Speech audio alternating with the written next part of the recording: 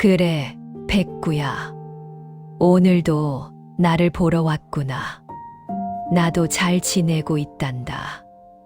은혜를 갚은 강아지 선녀와 그를 거두어준 자애로운 과부의 이야기. 지금 시작합니다.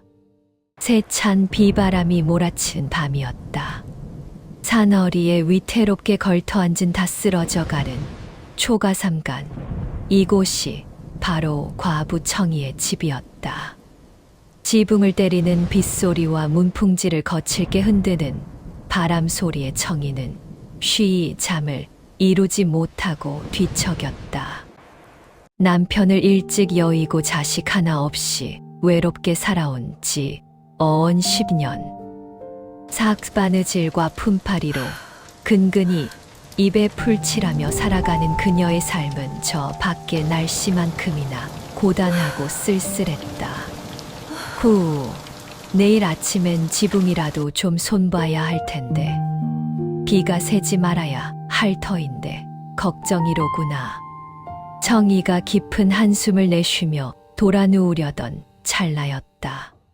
천둥 소리 사이로 아주 가느다란 애처로운 울음소리가 들려왔다.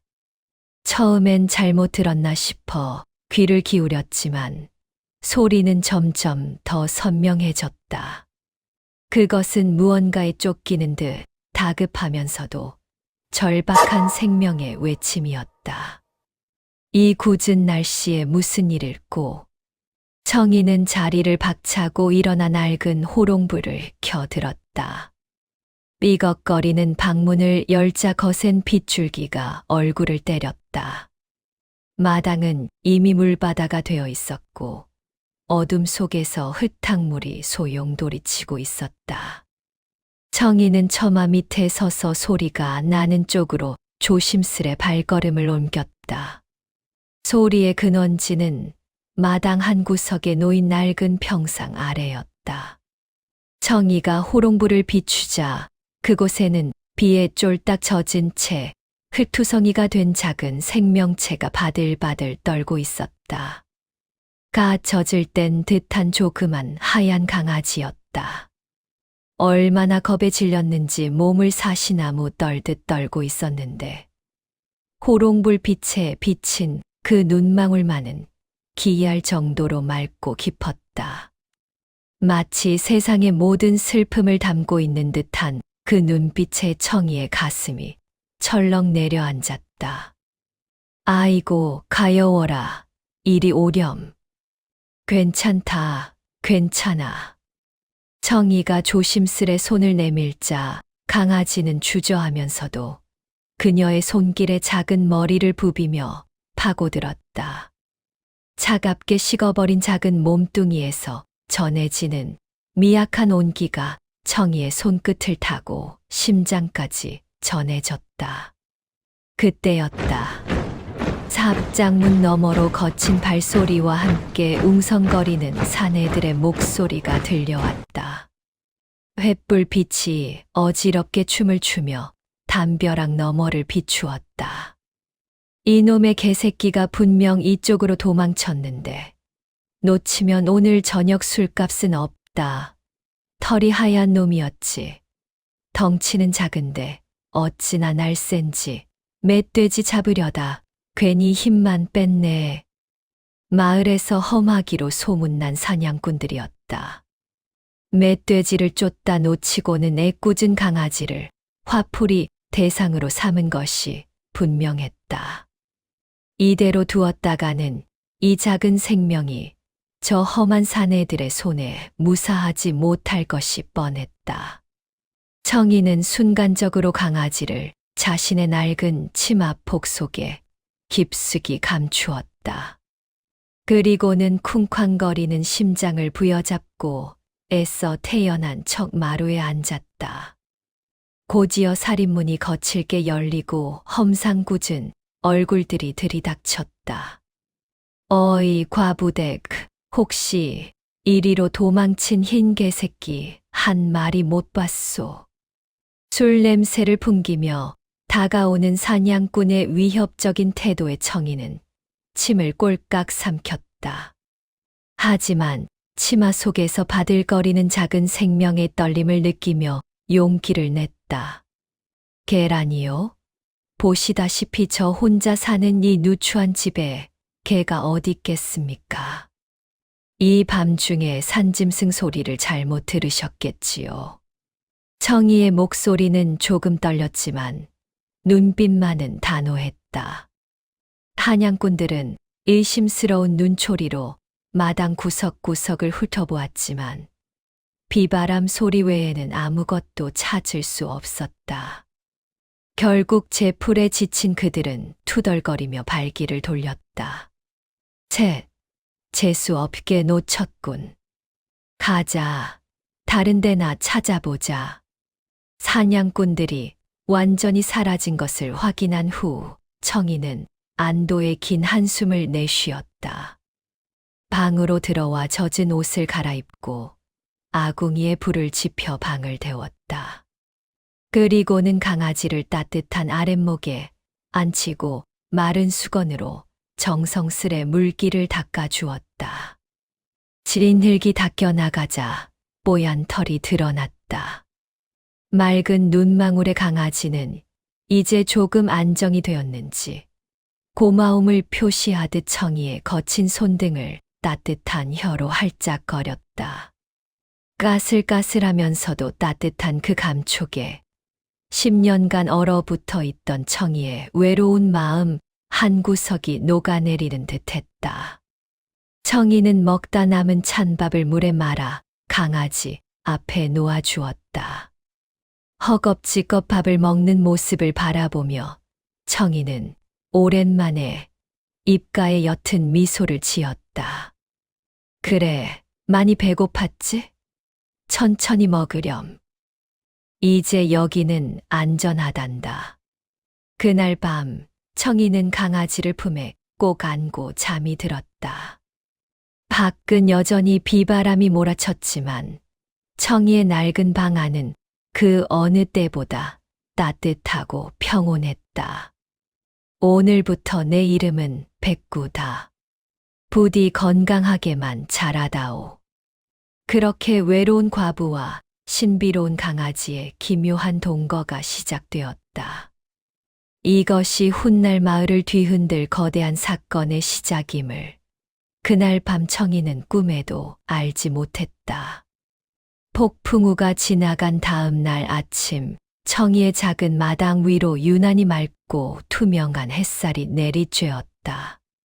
평소 같으면 비바람에 꺾인 나뭇가지와 진흙탕으로 엉망이 되었을 마당이었지만 이상하게도 집 안팎은 정갈하기 그지없었다.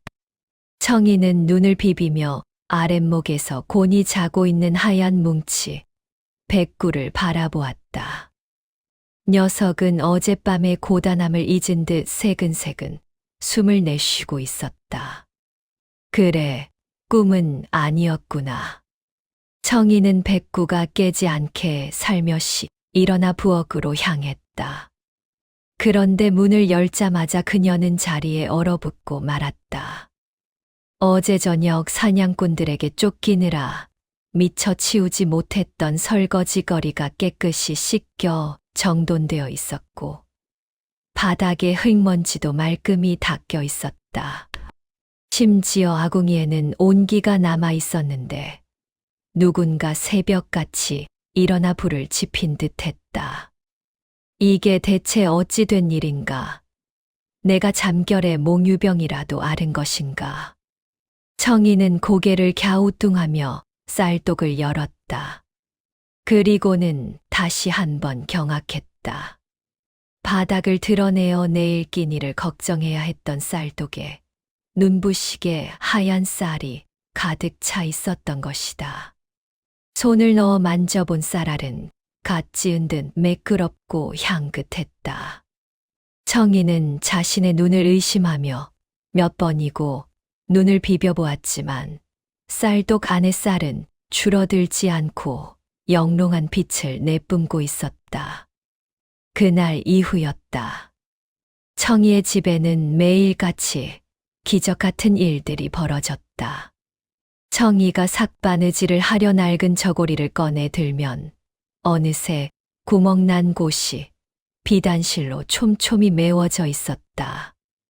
그 솜씨가 어찌나 정교한지 마을에서 제일 가는 침선비도 울고 갈 정도였다.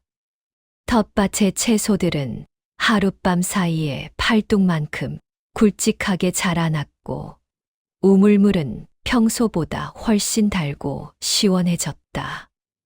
이상한 점은 또 있었다. 백구는 분명 평범한 강아지처럼 꼬리를 흔들며 재롱을 부렸지만 청이가 힘들거나 슬픈 기색을 보일 때면 귀신같이 알아차리고 곁을 지켰다. 청이가 고된 노동에 허리가 아파 아이고 허리야 하고 한숨을 내쉬면 백구가 다가와 앞발로 허리춤을 꾹꾹 누르는 신용을 했다. 그러면 신기하게도 씻은 듯이 통증이 사라지곤 했다. 백구야, 내가 정말 복덩이로구나. 너를 만나고 나서 우리 집에 봄바람이 부는 것 같아. 청이는 백구를 껴안으며 속삭였다. 백구는 그저 해맑게 멍 하고 짖으며 그녀의 품에 머리를 비벼댔다. 하지만 청이는 문득문득 백구의 눈을 마주칠 때마다 기묘한 느낌을 지울 수 없었다.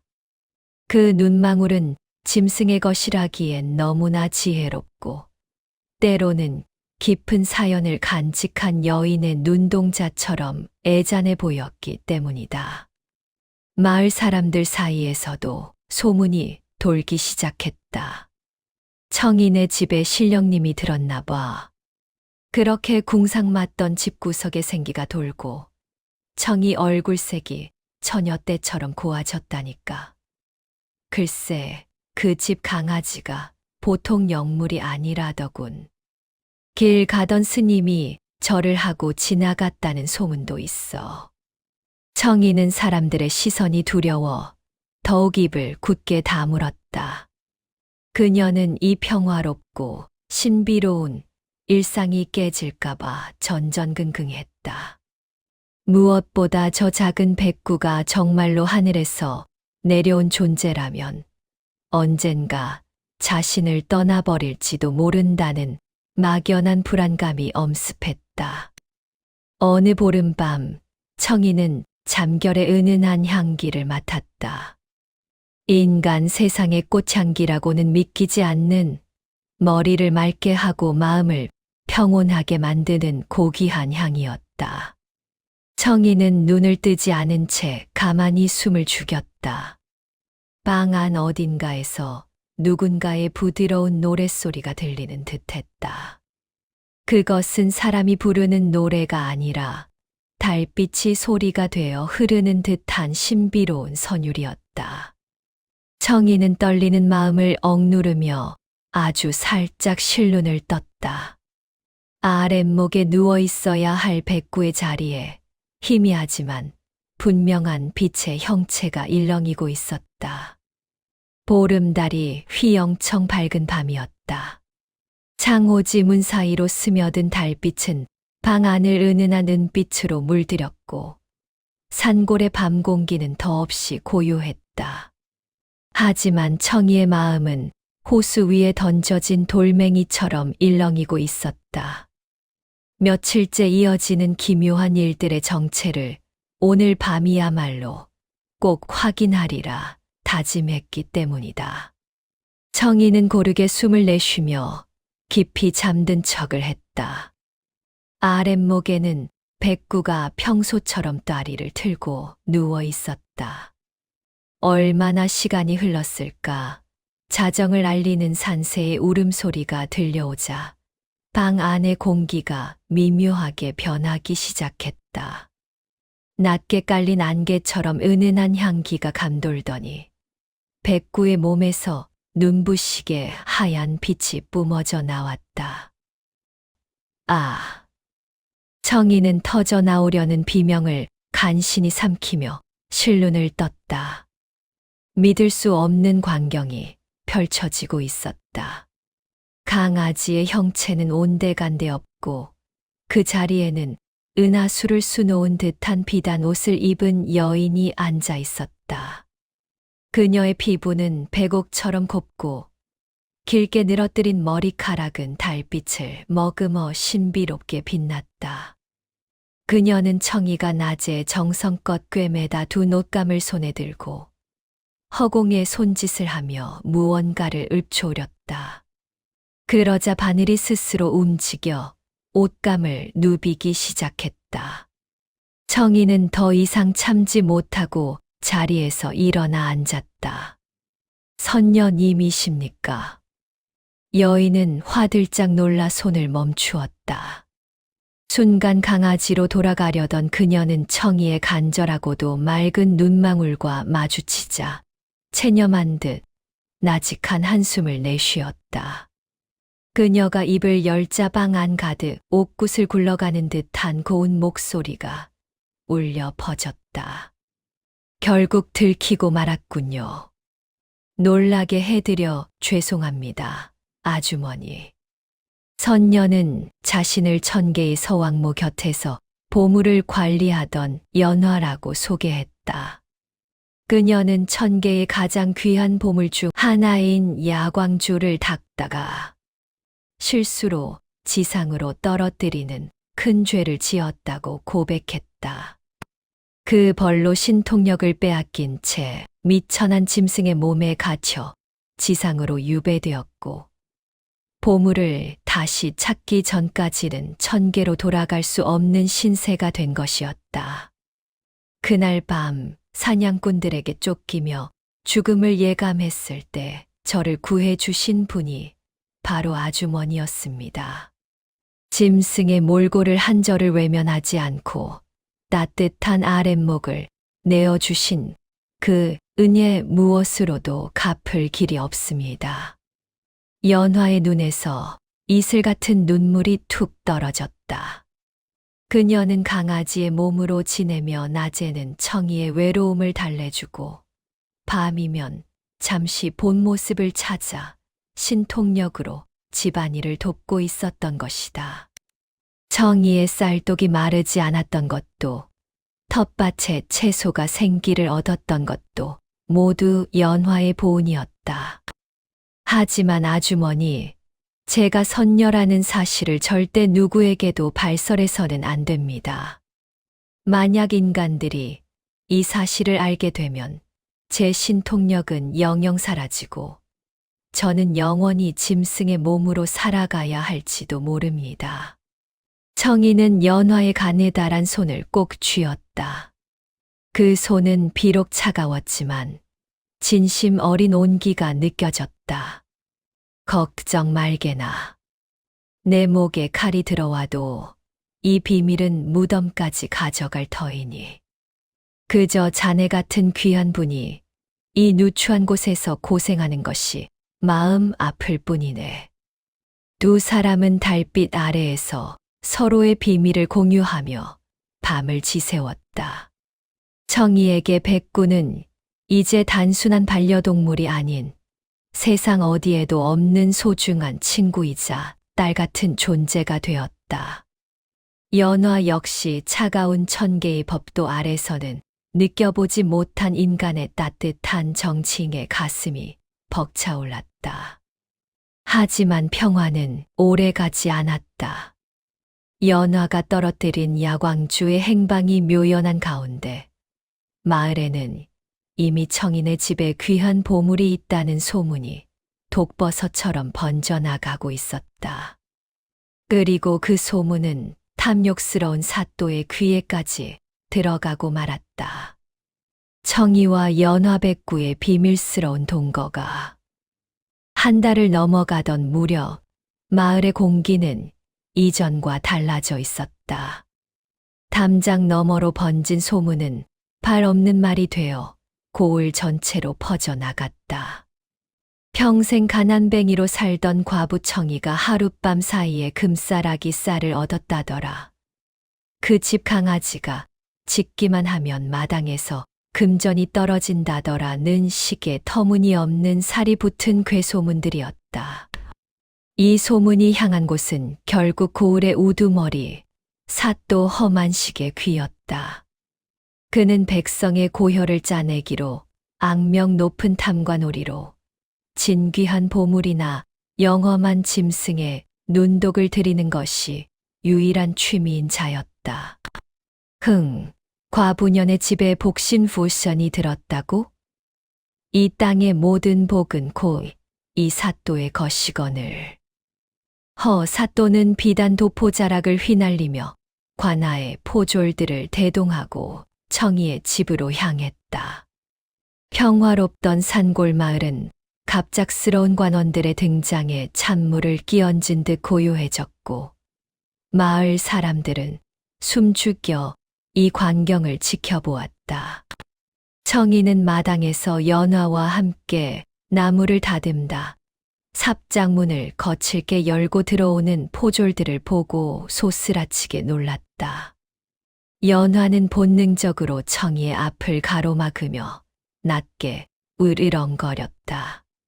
평소의 해맑은 백구의 모습이 아닌 무언가 범접할 수 없는 영험한 기운이 녀석의 털끝에서 일렁였다. 내 인연, 내가 과부청이냐? 가마에서 내린 허사또는 기름진 얼굴을 실룩거리며 청이의 집안을 훑었다. 그의 탐욕스러운 눈에는 청이의 낡은 옷 대신 뜰에 가득한 생기 넘치는 채소들과 은은하게 빛나는 쌀독의 기운만이 보였다. 소인 청이라 하옵니다. 나라시를 보시는 사또께서 이 누추한 곳까지 어쩐 일이신지요. 청이는 바들바들 떨면서도 연화를 자신의 치마폭 뒤로 숨겼다. 하지만 사또의 눈은 이미 번뜩이고 있었다. 그는 청이의 뒤에서 고개를 내밀고 있는 백구를 가리키며 음흉한 미소를 지었다. 내 듣자 하니 이 집에 아주 기묘한 영물이 하나 들어와 재물을 부린다던데 저 미물이 바로 그놈이더냐? 아니옵니다, 사또. 그저 길 잃은 유기견을 거둔 것뿐이옵니다. 재물이라니요. 가당치도 않사옵니다. 청이의 간곡한 부인에도 사또는 콧방귀를 뀌었다. 그는 직접 쌀독 앞으로 다가가 뚜껑을 열어 젖혔다. 눈부시게 하얀 쌀알들이 쏟아지는 햇살을 받아 진주처럼 빛났다. 사또의 눈에 광기가 서렸다. 천한 과부의 집에 이런 극상품의 쌀이 가득하다니. 이는 필시 내년 이 관아의 창고를 털었거나 요물과 결탁해 백성들을 홀린 증거다. 여봐라, 저 개놈을 당장 잡아들이고 저 계집도 관아로 압송하라. 사또, 안 됩니다. 제발 이 아이만은. 포졸들이 달려들어 청이를 밀쳐내고 연화를 낚아채려 했다. 연화는 평범한 개가 아니었기에 충분히 도망치거나 신통력을 부릴 수 있었으나 자신이 힘을 쓰면 청이가 요술을 부리는 마녀로 몰려 처형당할 것을 알고 있었다. 연화는 슬픈 눈으로 청이를 한 번 바라본 뒤 포졸들이 내던진 그물 속에 스스로 몸을 맡겼다. 백구야, 백구야. 청이의 처절한 비명소리가 산골짝을 메아리 쳤다. 사또는 승리감에 취해 백구를 가마 옆에 매달고 의기양양하게 마을을 빠져나갔다. 먼지 구덩이 속에 홀로 남겨진 청이는 흙투성이가 된 손으로 바닥을 긁으며 오열했다. 하늘은 무심하게도 맑았으나 청이의 마음 속에는 거대한 폭풍우가 다시금 몰아치기 시작했다. 선녀 연화가 경고했던 인간의 탐욕이 가장 잔혹한 형태로 그녀의 삶을 짓밟은 순간이었다. 차가운 지하 감옥의 공기는 습하고 매캐했다. 포졸들에게 끌려온 청이는 집단이 깔린 좁은 옥방에 던져졌다. 정조를 지키며 평생 성실하게 살아온 그녀에게 씌워진 죄명은 관아, 곡고 절도와 요술로 민심을 현혹한 죄였다.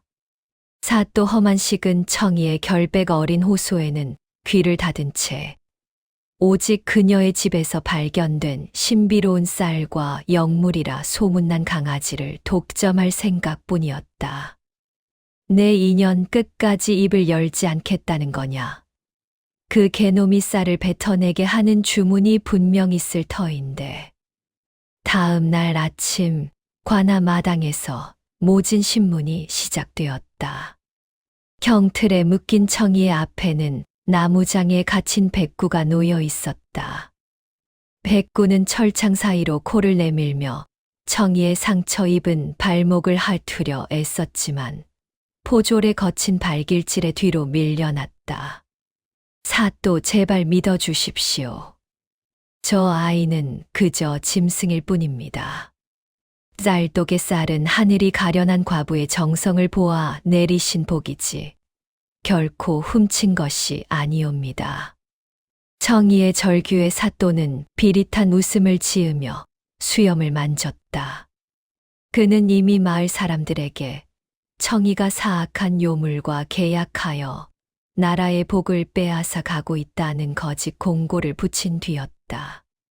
탐욕을 정의로 포장하는 것은 그에게 식은 죽 먹기보다 쉬웠다. 허황된 소리로구나. 여봐라, 저 요물을 뜨거운 불덩이 위에 올려라. 주인이 고통받는 것을 보면 저 짐승도 본색을 드러내겠지. 포졸들이 숯불이 이글거리는 화로를 백구의 나무장 밑으로 밀어넣으려 했다. 그 광경을 지켜보던 백구의 눈동자가 파르르 떨렸다. 그녀의 가슴 속에서 거대한 갈등이 휘몰아쳤다. 지금 내 본 모습을 드러내어 저들을 쓸어버릴 수도 있다. 하지만 그렇게 되면 1000개의 법도를 2번 어기는 꼴이 되어 나는 영영 야광주를 찾지 못하고 이 지상에서 소멸하게 될 텐데. 선녀로서의 영생과 자신을 구해준 인간 여인의 목숨. 연화는 감옥 창살 너머로 보이던 청이의 따뜻한 미소를 떠올렸다. 청이는 자신의 목숨이 경각에 달린 순간에도 입술을 깨물며 연화에게 눈짓하고 있었다. 절대 정체를 드러내지 말라고, 너만이라도 살아서 도망치라는 무언의 외침이었다. 어허, 아직도 반응이 없느냐? 그렇다면 저 계집의 종아리부터 쳐라. 골수가 울리도록 매우 쳐라. 사또의 명이 떨어지자 굵은 곤장이 청이의 다리 위로 사정없이 내려쳤다.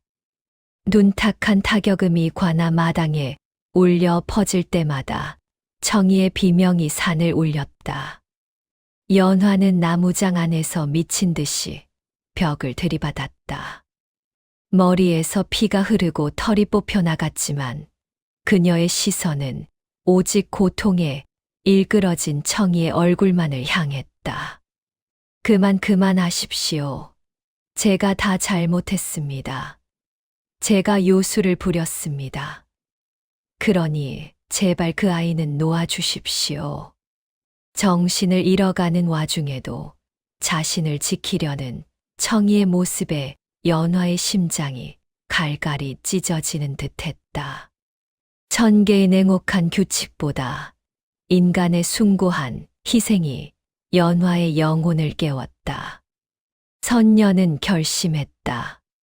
자신의 영생을 포기하더라도 저 추악한 탐욕으로부터 자신을 가족이라 불러준 유일한 인간을 구하기로. 연화의 몸 안에서 잠들어 있던 신통력이 들끓기 시작했다. 강아지의 몸으로는 감당하기 힘든 거대한 빛의 기둥이 나무장 틈새로 새어 나오기 시작했고, 하늘은 갑자기 먹구름으로 뒤덮이며 마른 하늘에 날벼락이 치기 시작했다. 이게 무슨 일이냐? 저 개놈의 몸에서 왜 빛이 나는 것이냐? 당황한 사또의 비명 소리와 함께 관아 전체가 눈을 뜰 수 없을 정도의 강렬한 백색광으로 뒤덮였다. 관아 마당을 가득 채웠던 비명과 매질 소리가 순식간에 잦아들었다.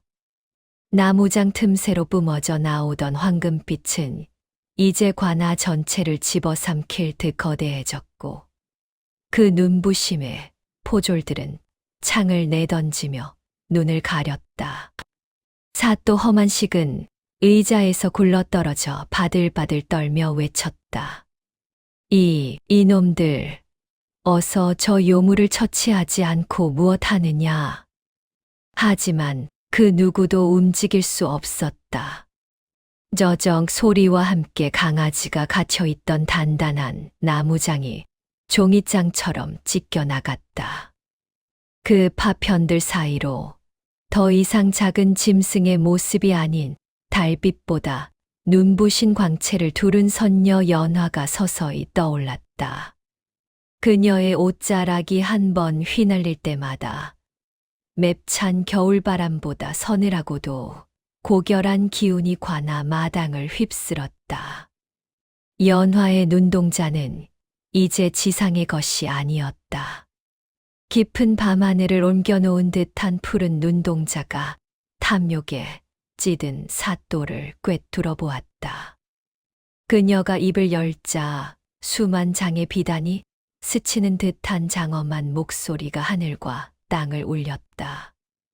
미천한 인간의 욕심이 하늘의 뜻을 거스르고 선한 영혼을 짓밟으려 하는구나.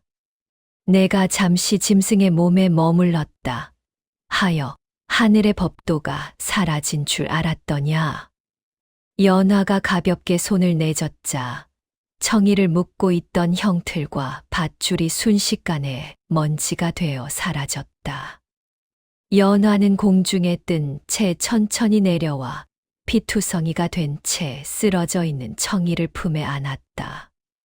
연화의 손끝에서 푸른 빛의 이슬이 떨어지자 청이의 다리에 새겨졌던 참혹한 곤장 자국과 상처들이 씻은 듯이 사라지며 새살이 돋아났다. 아주머니, 늦어서 죄송합니다. 저 때문에 이토록 고초를 겪으시다니. 정신을 차린 청이는 눈앞에 눈부신 존재가 자신이 돌보던 백구임을 깨닫고 눈물을 흘렸다. 백구야 아니 선녀님. 무사하셔서 다행입니다. 청이의 목소리는 떨렸지만 안도감이 서려 있었다. 그 광경을 본 사또는 공포에 질려 뒤늦게 머리를 조아렸다. 아이고 선녀님, 제가 몰라 뵀습니다. 저 과부 아니, 저 여인이 요물을 부리는 줄 알고 오해를 한 것이옵니다. 제발 목숨만은 살려주십시오. 연화의 입가에 차가운 미소가 걸렸다. 너의 죄는 오해가 아니라 탐욕이다. 백성의 고혈을 짜내고 진실을 왜곡한 그 입과 손에 합당한 벌을 내리노라. 연화가 하늘을 향해 손을 뻗자 갑자기 관아 마당 한가운데에서 거대한 회오리 바람이 일어났다. 사또와 포졸들이 부정하게 모아두었던 재물들이 바람에 실려 공중으로 떠올랐다. 연화의 권능에 의해 그 황금과 곡식들은 꽃가루처럼 흩어져 굶주린 마을 사람들의 집 마당으로 비처럼 쏟아져 내렸다. 사또는 자신의 재산이 사라지는 것을 보며 비명을 질렀지만 몸이 바닥에 달라붙은 듯 움직일 수 없었다. 너는 이제 평생 내가 괴롭혔던 이들의 가난을 체험하며 살게 될 것이다. 연화의 주문이 끝나자 사또의 화려한 관복은 누더기로 변했고 그의 호화로운 관아 건물은 순식간에 낡고 허름한 폐가처럼 변해버렸다. 공포와 수치심에 질린 사또는 마을 밖으로 도망치듯 사라졌다. 관아를 가득 메웠던 살벌한 기운은 사라지고 어느새 은은한 꽃향기가 감돌았다. 연화는 청이를 부축해 일으켜 세웠다. 비록 복수는 통쾌했으나 연화의 얼굴에는 설명할 수 없는 슬픔이 스쳐 지나갔다. 금기를 깨고 인간 세상의 일에 깊숙이 관여한 대가를 그녀 스스로 잘 알고 있었기 때문이다. 사또가 쫓겨난 관아의 비밀 창고는 그가 평생 백성들의 고혈을 짜내어 모은 온갖 보화로 가득했다. 연화는 청이의 손을 잡고 그 어둡고 탐욕스러운 공간으로 들어섰다. 수많은 금괴와 비단, 진귀한 도자기들이 쌓여 있었으나 연화의 눈은 오직 한 곳, 구석에 방치된 작고 낡은 상자를 향했다. 그녀가 떨리는 손으로 상자를 열자 그 안에서 밤하늘의 은하수를 한데 모아놓은 듯 영롱한 빛을 내뿜는 구슬 하나가 모습을 드러냈다. 바로 연화가 천계에서 잃어버렸던 그리고 그녀의 유배 이유였던 야광주의 광주였다. 사또는 그것이 천계의 보물인 줄도 모른 채 그저 빛이 나는 신기한 돌 정도로 여겨 함부로 던져두었던 것이다. 연화의 손이 야광주에 닿는 순간 구슬은 주인을 알아본 듯 강렬한 빛을 내뿜으며 연화의 몸속으로 스며들었다. 그와 동시에 연화의 등 뒤로 눈부신 날개옷이 피어올랐고 그녀의 신통력은 유배 전보다 더욱 강대하고 온전해졌다. 드디어 찾았군요. 이제 모든 것이 제자리로 돌아갈 시간입니다. 보물을 되찾았다는 기쁨도 잠시, 연화의 목소리에는 짙은 슬픔이 서렸다. 보물을 찾았다는 것은 곧 유배의 끝을 의미했고, 그것은 천계의 법도에 따라 지상에서의 인연을 정리해야 함을 뜻했다. 옆에서 이 광경을 지켜보던 청이의 가슴은 철렁 내려앉았다. 그녀는 본능적으로 연화의 소매 끝을 잡았다. 선녀님, 이제 가셔야 하는 것입니까? 백구로 내 품에 안기던 그 시간들이 정녕 꿈이었단 말입니까? 청이의 눈에서 굵은 눈물이 뚝뚝 떨어졌다. 자식 하나 없이 외롭게 살아온 그녀에게 백구연화는 단순한 영물이 아니라 삶의 이유이자 유일한 가족이었다. 연화 역시 청이를 마주보며 눈시울을 붉혔다. 그녀는 청이의 거친 손을 자신의 뺨에 갖다 대었다. 아주머니, 저는 천계에서 수천 년을 살았지만 단 한 번도 진정한 온기를 느껴본 적이 없었습니다. 차가운 법도만이 가득한 그곳보다 아주머니가 빗속에서 저를 거두어 주셨던 그 낡은 초가집이 제게는 진정한 긍각이었습니다. 두 사람은 관아를 나와 다시 그들의 보금자리였던 작은 초가삼간으로 돌아왔다. 연화는 마지막 밤을 청이와 함께 보내기로 했다. 그녀는 신통력을 발휘해 마당에 사시사철 지지 않는 천상의 꽃들을 피워냈고 청이의 낡은 방안을 따뜻한 온기로 가득 채웠다. 밤이 깊어갈수록 달빛은 더욱 밝아졌고 하늘에서는 연화를 부르는 천상의 악사들이 연주하는 신비로운 곡조가 은은하게 들려왔다. 이별의 시간이 시시각각 다가오고 있었다. 청이는 연화를 위해 생전 처음 보는 진귀한 음식들 대신 처음 만난 날 백구에게 내어주었던 소박한 물밥 한 그릇을 정성껏 차려냈다. 선녀님께 이런 미천한 음식이 어울리지 않겠지만 이것이 제 진심입니다. 연화는 그 어떤 천상의 진미보다도 달게 그 밥을 먹었다. 그것은 이별을 앞둔 두 존재가 서로에게 건네는 가장 깊은 사랑의 증표였다. 새벽녘 동쪽 하늘이 푸르스름하게 밝아오자 연화의 몸이 서서히 허공으로 떠오르기 시작했다.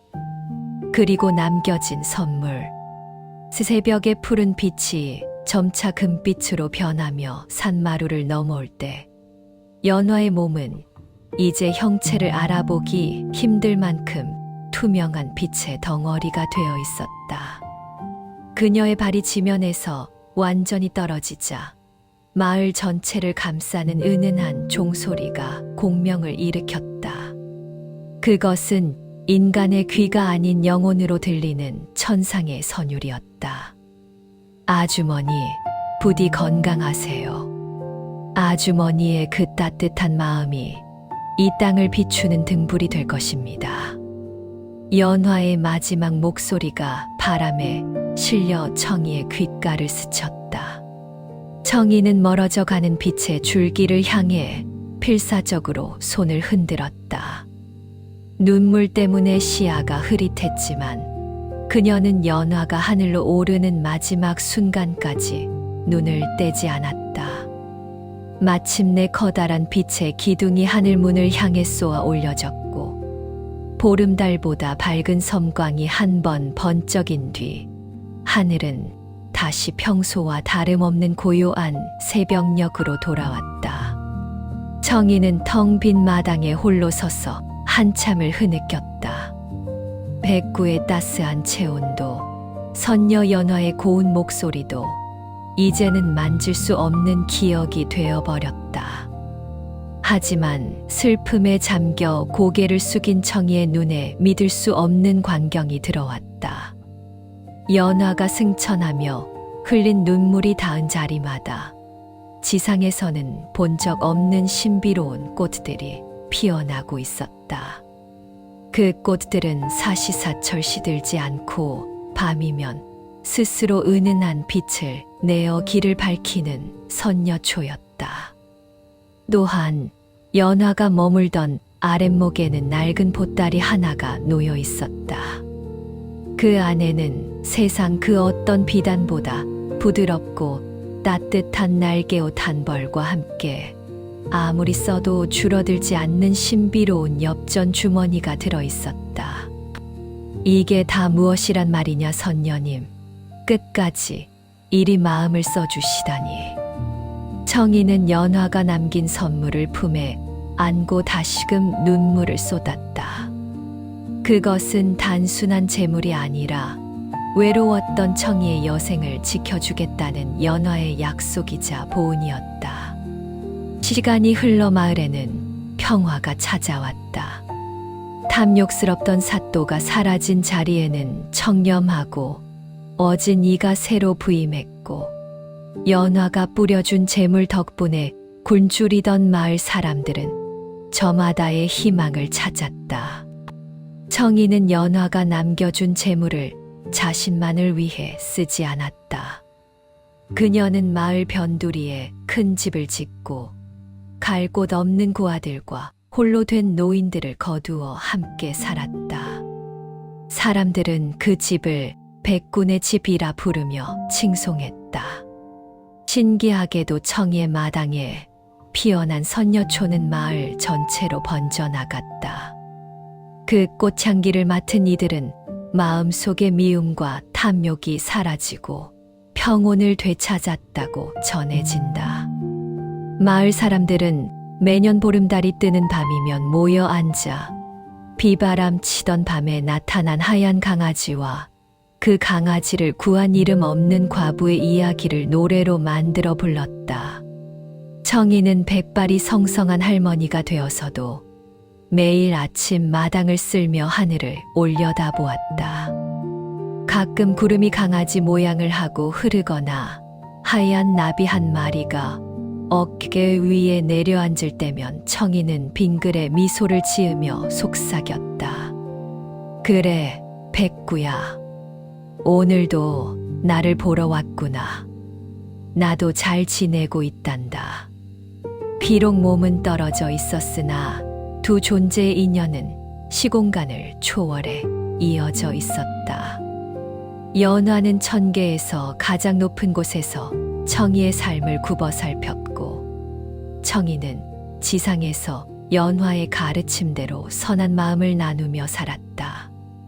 훗날 청이가 천수를 다하고 조용히 눈을 감던 날, 마을 사람들은 보았다.